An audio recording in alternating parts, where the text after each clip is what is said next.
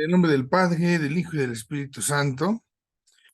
Dios Padre Todopoderoso, llenos de gratitud, nos ponemos hoy delante de ti para suplicarte que escuches nuestra plegaria, para que atiendas y socorras nuestra necesidad, nuestra indigencia, y confiando siempre en tu amorosa providencia, ponemos, Señor Jesús, la vida de las personas que amamos y la vida de las personas que se encomiendan a nuestra oración, la ponemos en tus manos. Donde quiera que ellos se encuentren, cuídalos, protégelos. Y a todos ayúdenos a vivir siempre como una verdadera y auténtica iglesia. Por Cristo nuestro Señor. Amén. En el nombre del Padre, del Hijo y del Espíritu Santo. Amén. Bueno, pues hace 8 días no pude estar acá con ustedes compartiendo. Les dejé la clase grabada y les decía yo precisamente que si hubiera alguna inquietud, alguna duda, la pudiésemos dejar para este día y entonces resolverla. Entonces pregunto si de la clase anterior que les dejé grabada, tuviésemos ahorita sí alguna duda, alguna pregunta. Tony nos levantó la mano, dígame usted. Padre, de lo que yo entendí es que la fe es un acto que no requiere comprobación. Por ejemplo, los santos que ya vieron a Dios, entonces ya no siguen a Dios por un acto de fe o qué es lo que pasa en esa situación. Cuando decimos que creemos, recordar siempre que se cree lo que no se ve. Cuando yo veo, ya no hace falta creer. Si ustedes les dijera yo, oigan, ¿qué creen que pasó? Allá en Pachuca pasó esto, ¿no? Ah, padre, yo también andaba por ahí, yo también lo vi. Entonces ya no creo, ya veo. La fe se eleva a visión, así se llama. La fe desaparece y se eleva a la visión. La esperanza, hablando de virtudes teologales, para completar el cuadro, la esperanza se eleva a fruición, al gozo. Entonces, por ejemplo, cuando uno muere y llegamos a la presencia de Dios, ya no vamos a tener fe, porque ya lo voy a ver cara a cara. Ya no voy a estar esperando porque ya llegué, ya estoy con Él, ahora me toca gozar de Él. Eso es lo que significa la fruición, el gozo que se tiene de Dios. Y la única virtud que permanece, por eso lo dice San Pablo en la carta a Corintios, será la caridad, será el amor. Ahora voy a gozar de Dios. Entonces, efectivamente, si alguien ya ve a Dios, ya la fe ya dio su salto, ya pasó a esa consideración. ¿Mm? Entonces, no es que se pierda, sino que trasciende. Digámoslo así, se eleva, trasciende, se plenifica y entonces ya se deja de estar. ¿Por qué? Porque ya lo veo. La esperanza ya no está porque ya no estoy esperando. Ya llegó lo que esperaba, ¿no? Entonces, y San Pablo reitero, lo que no termina jamás será la caridad, el amor. Ok. ¿Para qué más ¿Y qué bien? se refiere con, perdón, con la idea de asentimiento intelectual? El asentimiento es cuando nosotros desde nuestra conciencia consentimos, asentimos que estamos de acuerdo. Y lo intelectual, pues esa es la misma inteligencia. Recordar la palabra inteligencia para nosotros significa el sacar la esencia de las cosas. Intelegere es la raíz latina, ¿no? Inter tiene el interior, legere, leer. Entonces, cuando alguien es inteligente, no es, ay, porque sabe mucho, ¿no? Sino porque ha comprendido la esencia de algo. La ha inteligido, digamos, la ha entendido. Entonces, cuando damos un asentimiento intelectual desde nuestra razón, en nuestra capacidad, por supuesto, estamos comprendiendo lo que Dios nos dice y damos ahí, da el sujeto humano su asentimiento, su consentimiento. ¿Estoy de acuerdo? Y así es como se asume el conocimiento, así es, así lo asumimos. Ujú. Muy bien, Tony. Claudia, también tiene usted su mano levantada.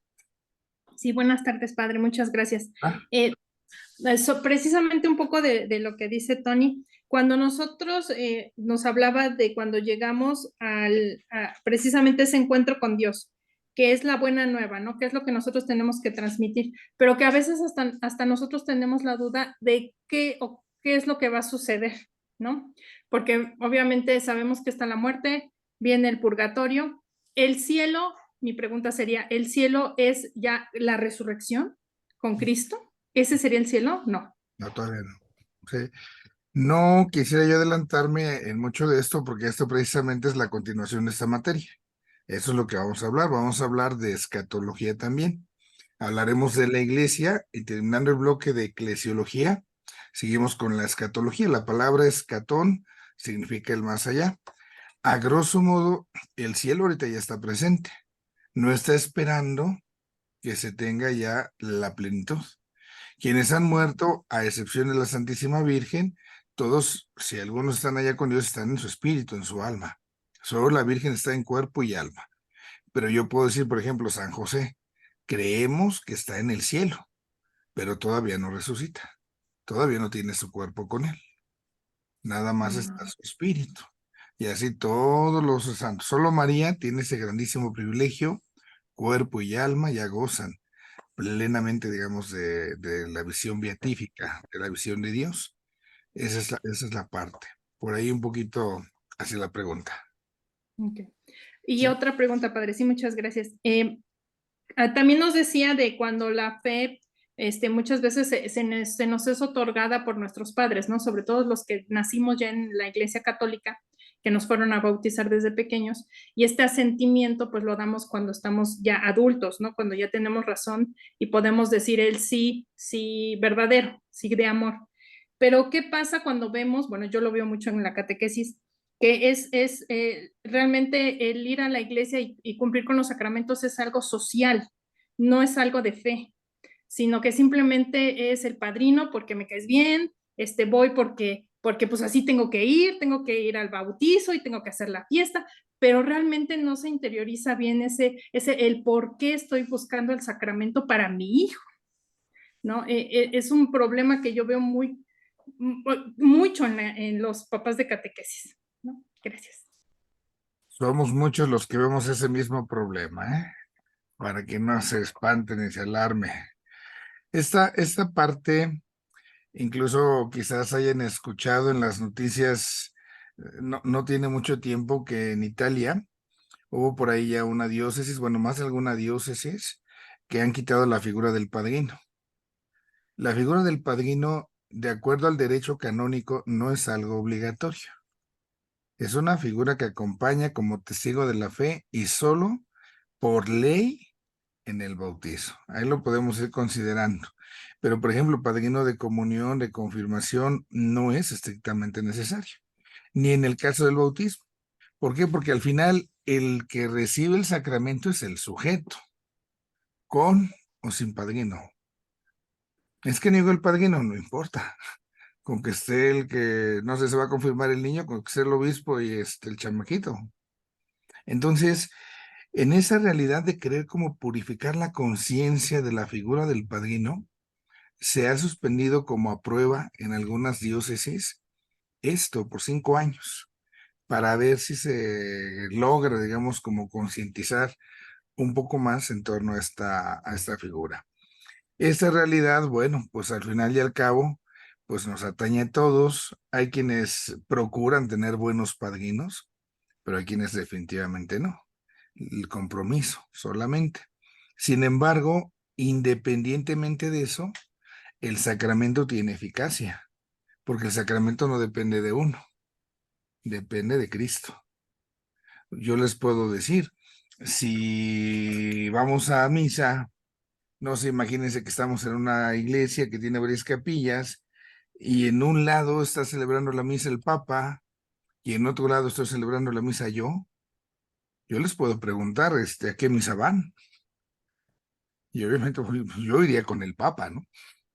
Aunque la misa es la misma. Se hará presente el cuerpo y la sangre de Cristo. Entonces, independientemente del sujeto humano, Cristo estará presente. O en sentido negativo. Puede tratarse quizás incluso de un sacerdote que tenga lo peor que pueda tener, pero siendo sacerdote, por ese sacramento, Cristo se sigue haciendo presente. Uno no es la causa del sacramento. Si hablamos de causa, sería a lo mucho una causa instrumental, sería el instrumento a través del cual, pero eso no disminuye. Entonces, aunque a veces la disponibilidad del sujeto que es padrino, incluso del sujeto que recibe el sacramento, no sea plena, eso no quita, eso no quita. Pongo tu ejemplo, hagan de cuenta que les doy el celular y el celular tiene muchas aplicaciones. ¿Cuánto, si por fuera por porcentaje, cuánto de veras aprovechamos nuestro celular? Tiene tantas cosas y uno que ya está medio anciano, pues ya nomás lo básico y lo que medio le aprendemos. Pero, o sea, con el celular podríamos hacer tantas cosas. Así, por ejemplo, está el bautizado. Y hagan de cuenta que el bautizado ya tiene esa gracia de Dios. ¿Cuánto uso le da? Digamos que a veces a algunos se les quedó así como la pura semillita y ahí está. Esa no se quita. El bautismo no se pierde. Ahí está. Pero no lo dejan crecer, no lo van potencializando, no le sacan el provecho, el fruto, ¿no? Entonces, siempre hace esa extensión. Independientemente de la disponibilidad del sujeto humano, el que recibe el sacramento, el que acompaña, independientemente de eso, Dios hace lo suyo. Y eso no lo cuestionamos. Padre, perdón, y ahí podríamos también aplicarlo a nuestra actividad pastoral. O sea, que a pesar de todo lo pecador y todo lo mal que podamos hacer, Dios obra a través de nosotros. Totalmente. Al final y al cabo, la empresa pastoral no es nuestra, es de Dios. Esta es su chamba, ¿no? Uno anda de chalán. Y es cierto que ayuda mucho nuestra disponibilidad, que ayuda mucho que procuremos hacer las cosas lo mejor posible, claro, no lo podemos desmentir ni negar, pero no porque yo interfiera, la iglesia se va a venir abajo por mi culpa. Jamás. Esto, recuerden, nos da una prueba de la iglesia como de su existencia. Durante tantísimos años y siglos ha habido muchísimos escándalos y muchos males dentro de la iglesia, y aquí está. ¿Por qué? Porque no es obra nuestra, es de Dios. Si la iglesia fuera una mera institución humana, ¿desde cuándo hubiera concluido su presencia, no? Pero no, esa institución la instituye Dios. Entonces, pudiésemos, digamos, ayudar, ¿no? A veces podemos dar muchos esfuerzos nosotros, podemos hacer todo lo, hasta lo imposible, ¿no? Para que vaya bien mi pastoral. Sin embargo, a veces sale todo mal, porque también es importante en algunos momentos que nos cuidemos de la soberbia. Yo puedo decir en mi parroquia, ¿no? Yo tengo todo al 100 y todo depende de mí. O sea, si estoy yo, esto funciona. O sea, yo soy Diosito, ¿no? Pues no. Yo he visto a veces parroquias, lo digo de esta manera, donde a veces los sacerdotes estorbamos más de lo que ayudamos. Hay grupos pastorales que siguen adelante. A veces no hay sacerdote porque no hay, literal, o porque no hay un acompañamiento y se continúa. Se sigue, porque la obra es de Dios. La obra es de Dios. Ujú. Bueno, no sé si hubiese alguna otra pregunta, algún otro comentario. ¿No? Roberto, ¿tiene usted su micrófono prendido? ¿Iba a preguntar algo? No, gracias. Alguien iba a hablar ahorita. Perdón, a Tita. Ok. Padre, dentro de todo lo que se ha comentado, yo he escuchado, bueno, yo soy partícipe de, de lo que dice la señora de la fe de los papás, pero incluso en cuando bauticé a mis hijos, pues igual, ¿cuál es el padrino? Eh, pues yo sí lo vi como mejor cercano a nosotros. Pero yo he visto, padre, que hay gente que dice con mucha certeza, Dios me toca, Dios me habla, y yo siempre me he preguntado, bueno, a mí me habla en hechos y con personas, pero ¿eso existe, padre?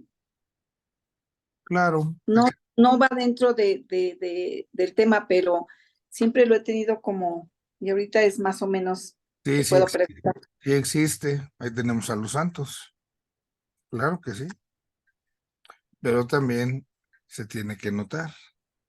Implica una vida. Imagínese que Dios me hable y que tenga yo mi vida como la tengo. Obviamente el regalo que Dios hace para algunos es posible, Dios puede, es todopoderoso, es Dios, pero eso tendría de inmediato que tocar la vida de una persona, transformarla. Y bueno, ahí habría que ver qué tan verídico es o no es una afirmación de ese tipo. Ujú. Gracias, Padre. Muy bien. Bueno, creo que ya no habría otra, ¿verdad?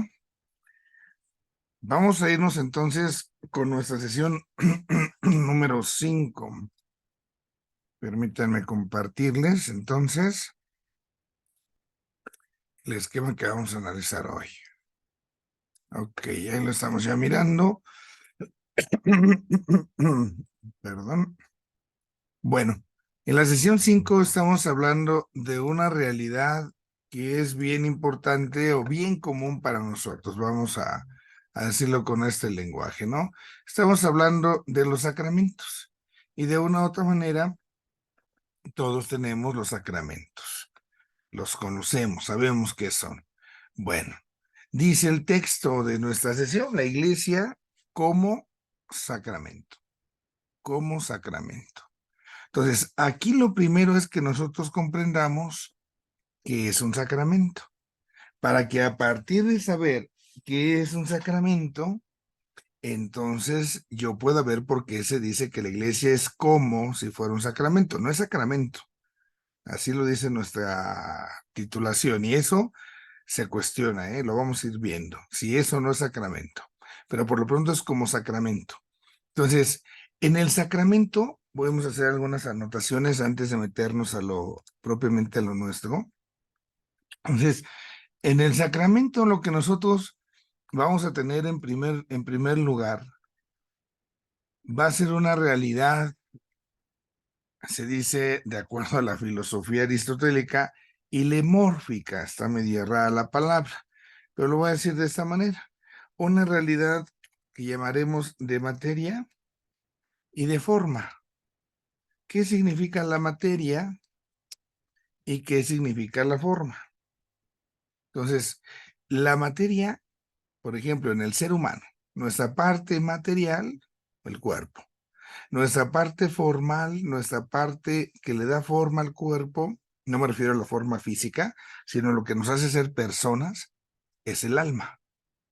Entonces, el alma es lo que me hace ser quien yo soy. En un sacramento siempre tiene que haber materia. ¿Sobre qué se va a obrar? En el bautismo, por ejemplo, la materia es el agua. Y la forma va a ser entonces la fórmula que se usa cuando nosotros hablamos del sacramento. Entonces, voy a un bautizo y tiene que respetarse materia y forma. Materia, el agua. No puedo bautizar con tequila. No puedo bautizar con, es que queremos decir pulque, échatelo. No, no. Agua. Pero es agua de horchata. No, no. Agua natural, agua corriente. La fórmula hace referencia entonces a las palabras que Cristo ha dejado, ¿no? Bauticen en el nombre del Padre, del Hijo y del Espíritu Santo. Ese es entonces el sacramento. Tiene esa doble parte.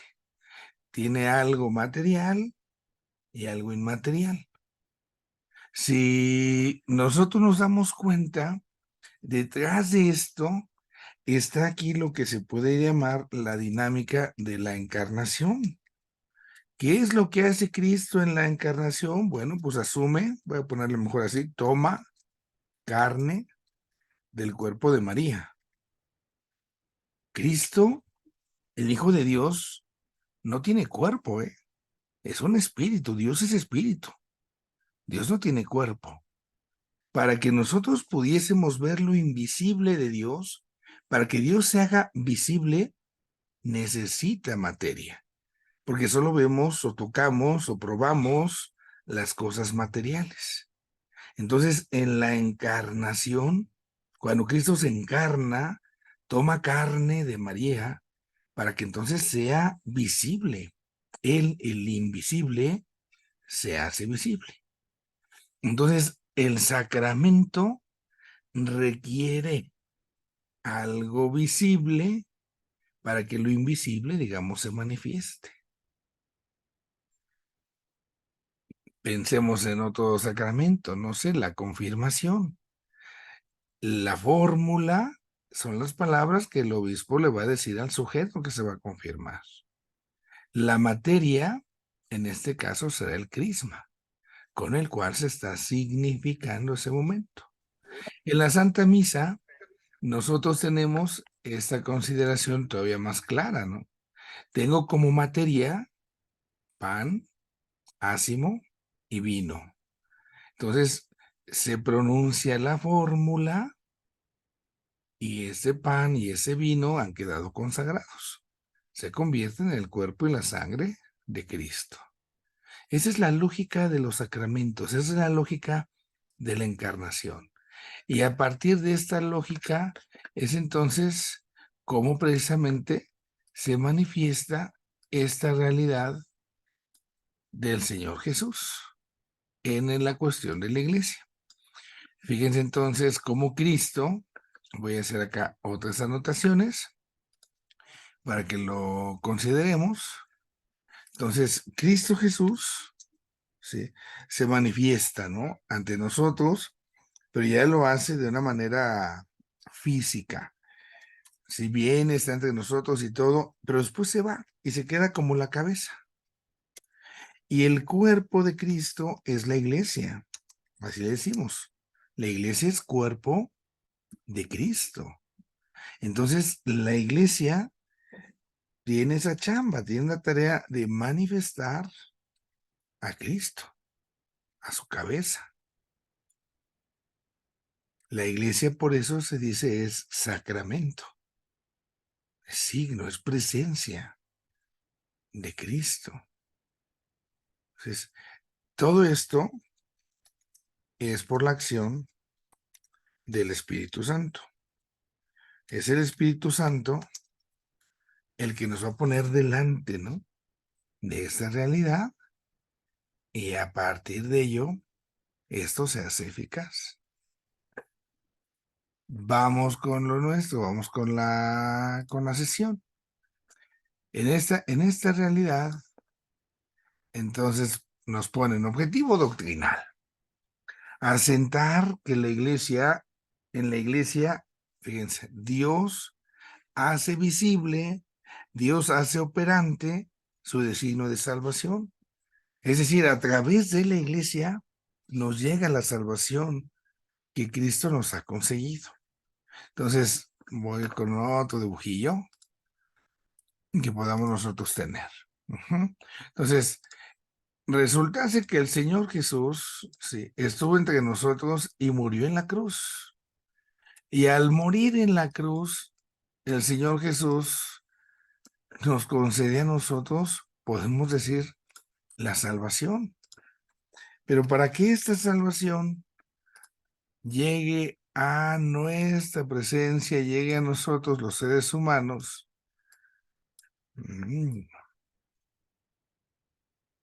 entonces tiene que hacerse algo, ¿no? ¿Cómo le voy a hacer para que esa salvación llegue en este caso al ser humano? ¿De qué manera? ¿Sí? La salvación que Cristo me ha conseguido en la cruz va a llegar acá. Entonces, esa salvación, en otras palabras, es lo que nosotros también llamamos la gracia. Entonces, ¿cómo es para que la gracia de Dios llegue a nosotros? ¿Cuál es el canal? ¿Cuál es el cauce, no? Cristo entregó su vida, ya no está acá entre nosotros, y es entonces donde para nosotros ahora surgen como medios de gracia, como medios de santificación, lo que son los sacramentos. Es la parte de los sacramentos, ¿no? Los sacramentos son el cauce, son el canal, o si se puede decir, es como la tubería a través de la cual va a bajar el agua, que es la gracia de Dios. Por eso los sacramentos, decimos, son medios de salvación. Por eso los sacramentos nos dan esa gracia de Dios a cada uno de nosotros. Y esto pues es a través de la iglesia. Gracias a la iglesia, nosotros podemos encontrarnos en los sacramentos.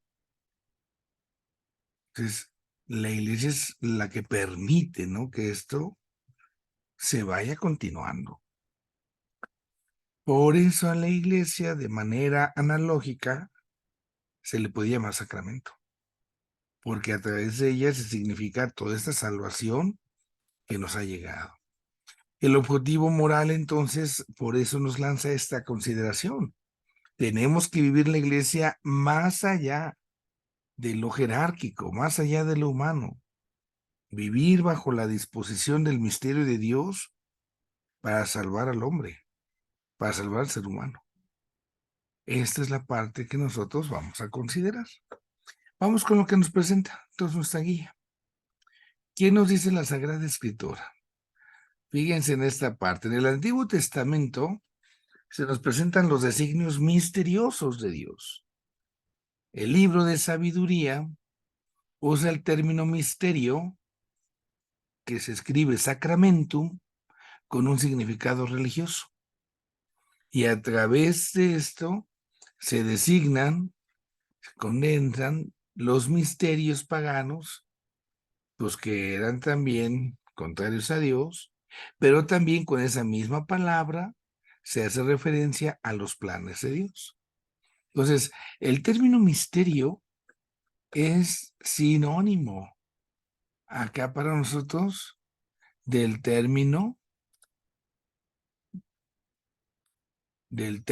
sacramento, en la forma en la cual se utiliza. Esa es la parte que nosotros ahí tenemos. Misterio es sacramento. Y es entonces en sentido pagano y en sentido cristiano. En el libro de Daniel, ese significado se sigue enriqueciendo, y entonces cuando se habla de la palabra misterio o de la palabra sacramentum, es para hablar de los designios con los que Dios dirige la historia hacia el término de los tiempos. ¿Cómo le va haciendo Dios? Y ahí se va dirigiendo esta partecita. Entonces, el Antiguo Testamento ya conoce esa terminología. En los libros sinópticos, los evangelios sinópticos, se habla de los misterios, o recuerden el sinónimo, los sacramentos del reino de Dios, del reino revelado por Jesús. Y entonces se habla del misterio del reino, están las citas, Mateo 13, Lucas 8, Marcos 4, pero sacamos esto, ¿no? Dios, primero, no es forzado por causa alguna a revelar sus designios. Todo lo que hace Dios lo hace porque quiere. No hay alguien que obligue a Dios, no hay alguien que pueda exigirle a Dios. Tienes que hacer esto. No. Dios lo hace porque quiere. Segundo, esa revelación no se la hace a todos con la pena. Esa revelación se la hace a los que son llamados, a los que son escogidos, elegidos por Dios. Y se requiere para recibir esto un acto de fe. Yo te creo. Al revelar su misterio, al revelar su sacramento, Dios entonces está cumpliendo la promesa que había hecho. Y así entonces, ya Mateo lo presenta de esta manera. Estos misterios, estos sacramentos del reino de Dios, se le revelan a la gente sencilla. Gracias, Padre, dice Jesús en Mateo, porque así te ha parecido bien, porque has revelado estas cosas a la gente sencilla y no a los sabios y entendidos. Jesús es la plena revelación del misterio. San Pablo elabora algo ya más. Para San Pablo, el misterio de Dios llega a su cumbre en Cristo.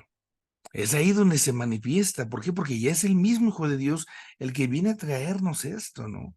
Entonces, el misterio escondido desde siempre y que se está dando a conocer es la vida de Dios y su libérrima decisión de que va a dar su riqueza, su gloria a todos.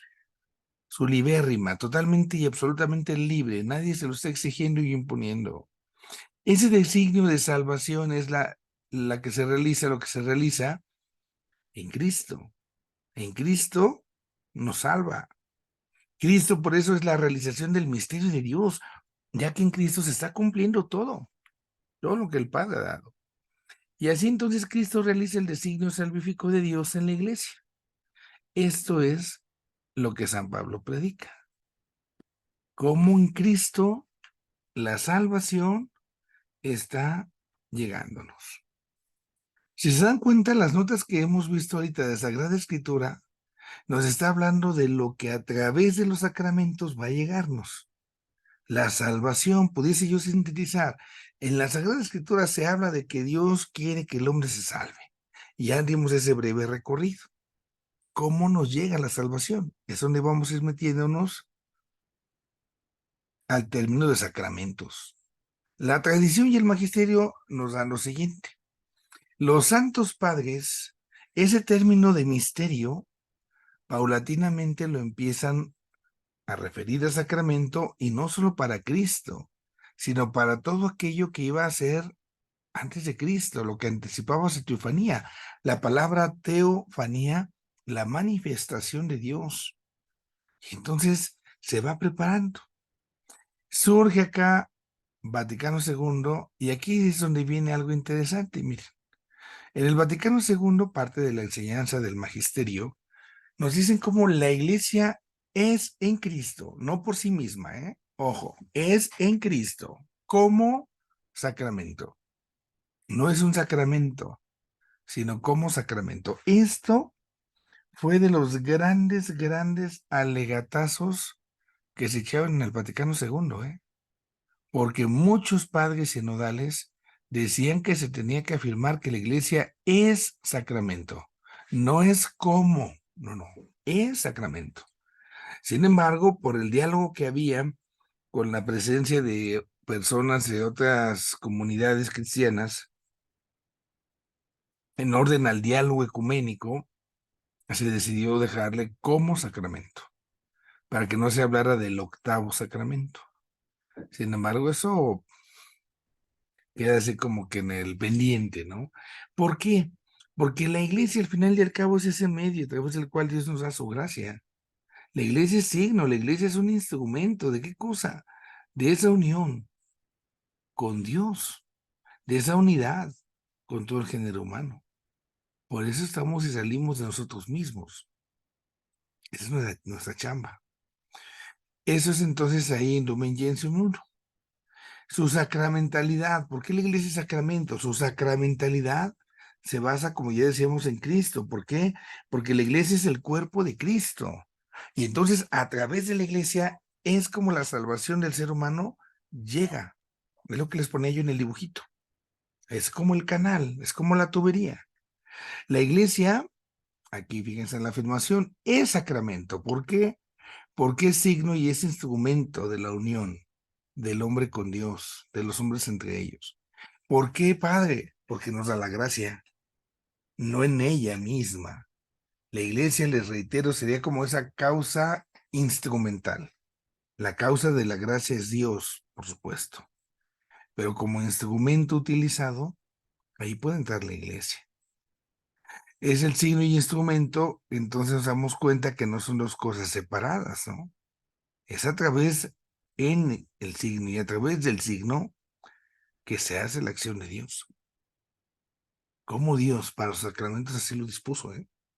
Fue adquiriendo esa realidad, esa conciencia de que va poniendo estas cosas. Esta partecita de tomar elementos, les decía yo, materia y forma, tomar los elementos materiales para que a través de ello actúe. Toma lo visible para que así entonces lo que era invisible se manifieste, se muestre. Es la dinámica de la encarnación. Cristo levantado, dice el Lumen Gentium 48b, Cristo levantado sobre la tierra atrajo hacia sí a todos. Y no solo eso, después vino el envío sobre los discípulos que hace Cristo del Espíritu Santo, del Espíritu vivificador. Y esto hace que entonces se piense, ¿no? Que la iglesia pues tiene esa tarea que es salvar a todo mundo. Por eso mismo entonces la iglesia se llama sacramento universal de salvación, porque la iglesia es, digamos, la que está teniendo esa oportunidad de hacer que la gracia de Dios se prolongue y se prolongue hacia los demás. Es Cristo quien hace de su cuerpo, la iglesia, una especie de sacramento y especifica que la iglesia es como un sacramento de salvación. Es lo que es la iglesia. Cómo esa manera nos va ayudando a pensar el papel que nos corresponde. Y agrega el Vaticano II lo siguiente, Gaudium et Spes 45. Todo el bien que el pueblo de Dios puede dar a la familia humana al tiempo de su peregrinación en la tierra, fíjese, todo lo que uno puede hacer por el bien de los demás, ¿por qué es? Porque la iglesia es sacramento universal de salvación. Lo insiste. Y manifiesta al mismo tiempo ese amor de Dios y ese amor a los hombres. Esa es la parte que nosotros podemos asumir. Sacramento universal de salvación. Resalta así toda su eficacia sacramental, toda su fuerza, ¿no? Porque entonces todo lo que la iglesia le da a los seres humanos está al final y al cabo manifestando no la iglesia en sí misma, sino a Dios. No es porque la iglesia tenga ese poder, no es porque la iglesia tenga la gracia en sí misma, tiene Dios. Y así entonces viene esa simultaneidad de las funciones que tenemos ahí, de manifestar y de operar, de actuar. El signo y qué está causando el signo. Entonces, ahí se va tejiendo. Esta parte es entonces la que nos enseña magisterio. Doy un paso más en la reflexión teológica. El primer punto, fíjense, el primer gran sacramento es Jesús mismo. Jesús mismo es el sacramento de Dios Padre. Les decía yo hace rato en la entrada, ¿no? Cristo hace visible lo invisible. Lo invisible de Dios se hace visible en Cristo.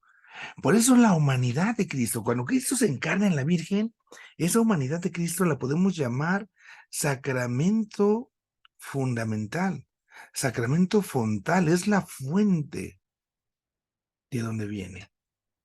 ¿Por qué la humanidad de Cristo es eso? Porque está unida al Verbo. La naturaleza humana, al ser asumida por el Verbo, va a tener dos chambas: ser función del signo y ser función instrumental. Esa es la parte. Como Cristo es sacramento del Padre. La función de signo es el momento en que el Verbo se hace hombre. Y al ser hombre, entonces es el sujeto de todo lo que como hombre Cristo hace.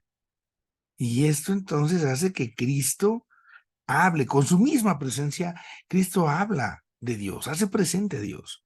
Y la función instrumental es que esa naturaleza humana, unida a la condición de hijo de Dios, entonces pues van a, digámoslo así, van a permitirnos que por la carne nos siga llegando toda esa gracia de Dios. La carne de Cristo, la humanidad que Cristo asume, es por eso el mejor canal. Así lo quiso, así le pareció. Entonces, el que Cristo esté presente entre nosotros viene a ser esta presencia. La segunda realidad es la iglesia como sacramento de Cristo. Entonces ya venía la explicación que les decía yo hace rato, ¿no? Una cosa es el verbo de Dios encarnado, Cristo, y otra cosa es la iglesia. Entonces, se hace una especie de paralelismo entre la unión hipostática que hay en Cristo. ¿Cuál es esa unión hipostática en Cristo? Cuando la realidad humana y la divina quedan en la iglesia. Ahí es entonces donde estas dos condiciones se unen y se manifiesta. Voy con esto. Ahí tengo dos grandes misterios. En el primer misterio, al final y al cabo se nota que esa naturaleza humana, Cristo la asume y se dice substancialmente. ¿Por qué? Porque la hace suya. Cristo no es así como que por ahí una herejía, ¿no? Donde decía un fulano que el Espíritu de Dios venía y se metía en la carne de Cristo cuando hacía milagros y enseñaba. Pero cuando hacía cosas muy humanas, se iba. No, no. Siempre está unido en Cristo la humanidad y la divinidad. Y va actuando por la acción misma del Espíritu Santo. Él es el que mueve, él es el artífice. Entonces, por el Espíritu podemos decir, tienen esa semejanza. Son instrumentos vivos, son instrumentos eficaces. Por ahí es entonces esta realidad. ¿Cómo está ahora la diferencia? Ambas realidades son instrumentos. La naturaleza humana es instrumento que asume Cristo y se une a Cristo y forma una sola persona.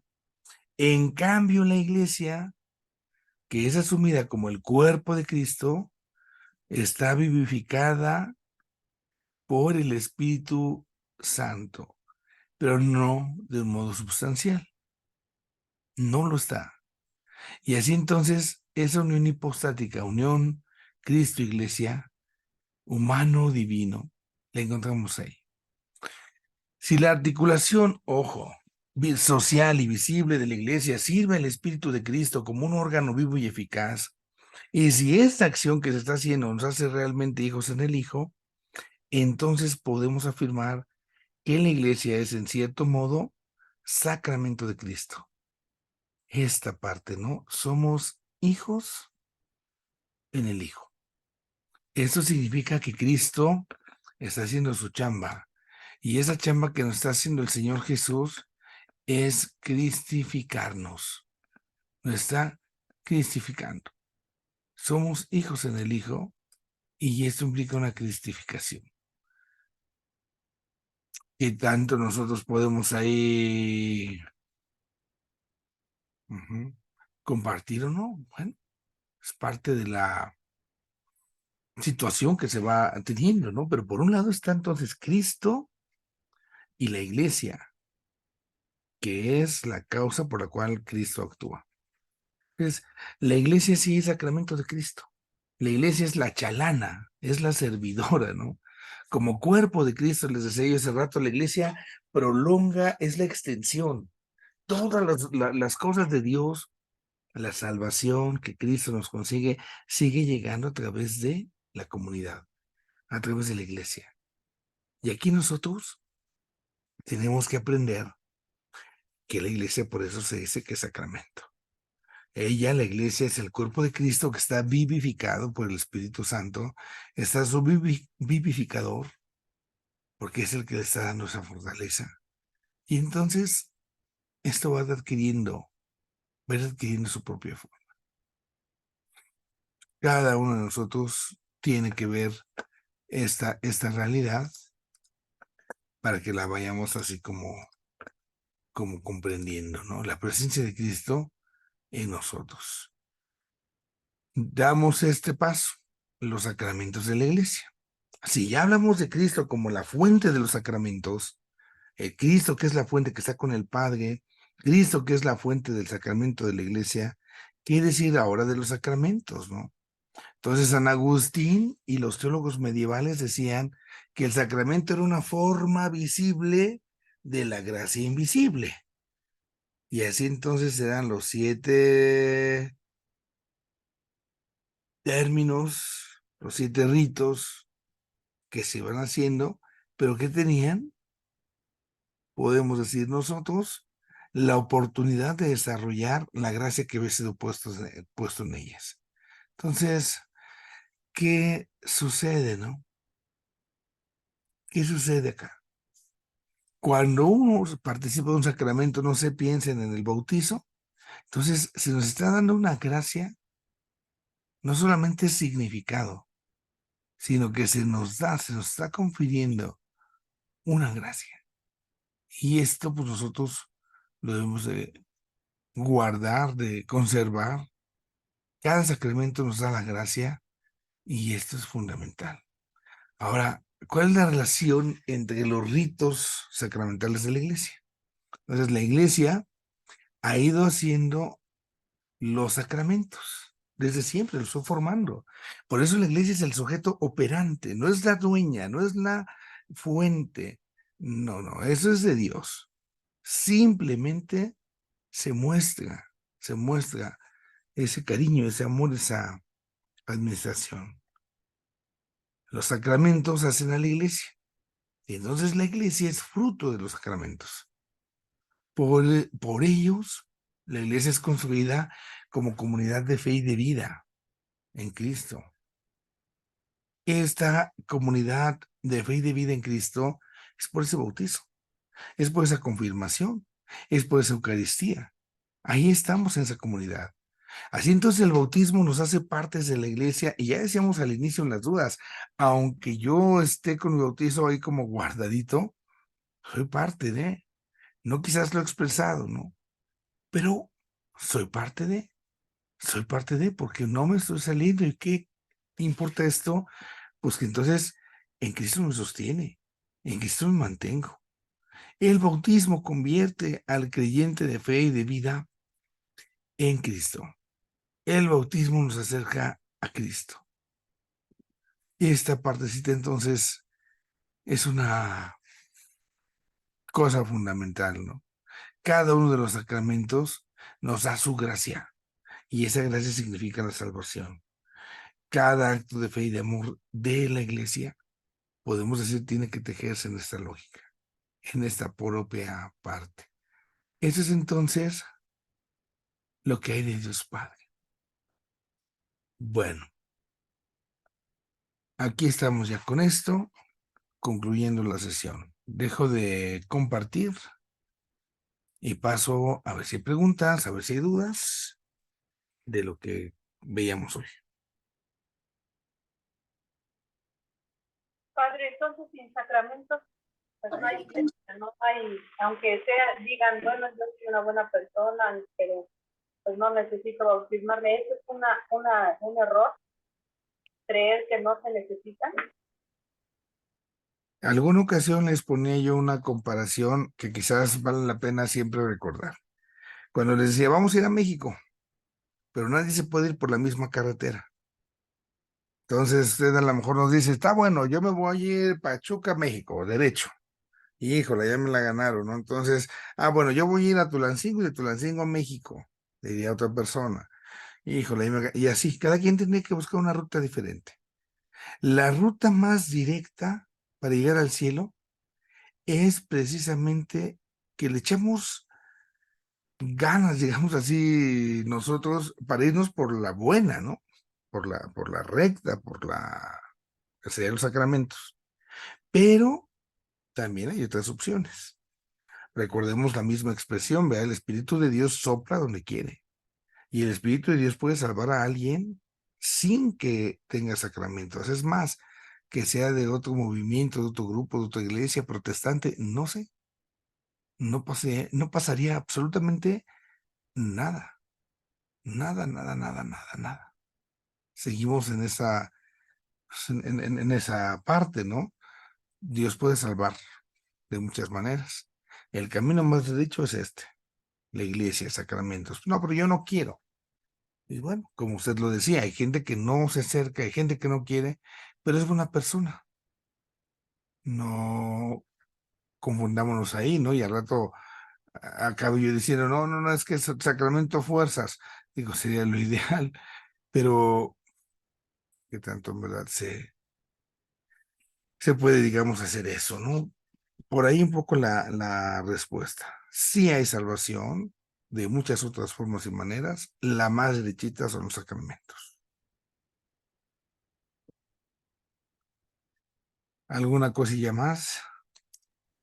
Entonces, padre, cuando dice que nada más en el bautismo, dentro de lo escrito, sí es el padrino quien lo acompaña.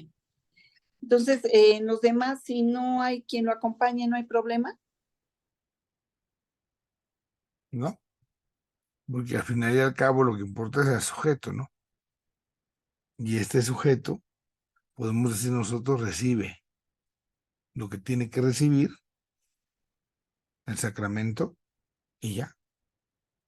No se piensa en una boda. ¿Qué pasa si no llegan los padrinos de velación? Nada. Con que esté el novio y la novia. Es que no llegaron los de arras, no llegaron los anillos. No pasa nada. Con que esté el novio y la novia. Por ahí. No sé si con eso quede claro. Muy bien, Tita. Bueno, ¿alguna cosa más tuviéramos? Creo que no. Chéquenle, revísenle y vamos a, si hubiera algo dentro de 8 días, la próxima lección, lo vamos retomando, lo vamos repasando. Ujú. En el nombre del Padre, del Hijo y del Espíritu Santo. Dios Padre bueno, agradecidos por tu infinita misericordia, ayúdanos a compartir aquello que tú nos has concedido.